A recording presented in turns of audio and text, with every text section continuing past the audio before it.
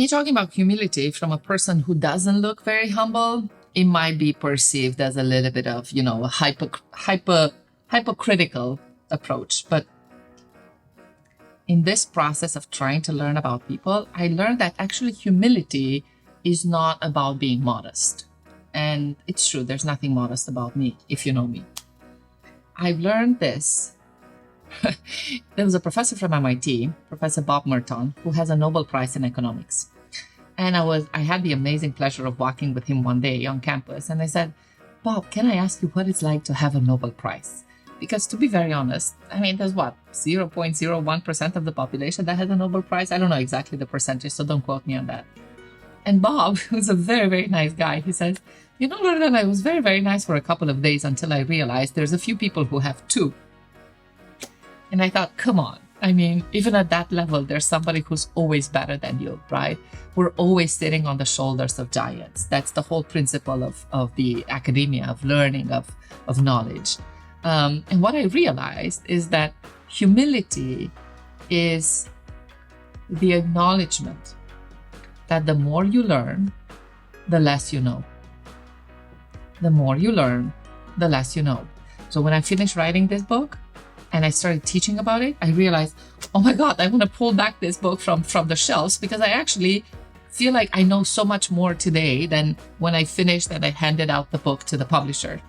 A lot of people think that confidence and arrogance are they come from the same place, but they couldn't be farther from the truth. I think you need to be, in order to be a confident person, you need to be a truly humble person. What do I mean by this?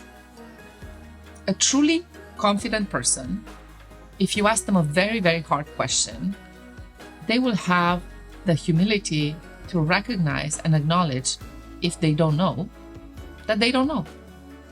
If I'm truly confident in myself, I'm going to be humble enough to say, actually, I don't know, teach me.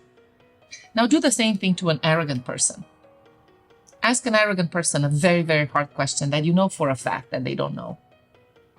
They will come up with an answer. They will invent something, because arrogance feeds off ignorance. Confidence feeds off competence. Confident people are truly humble, because the more they learn, the less they know.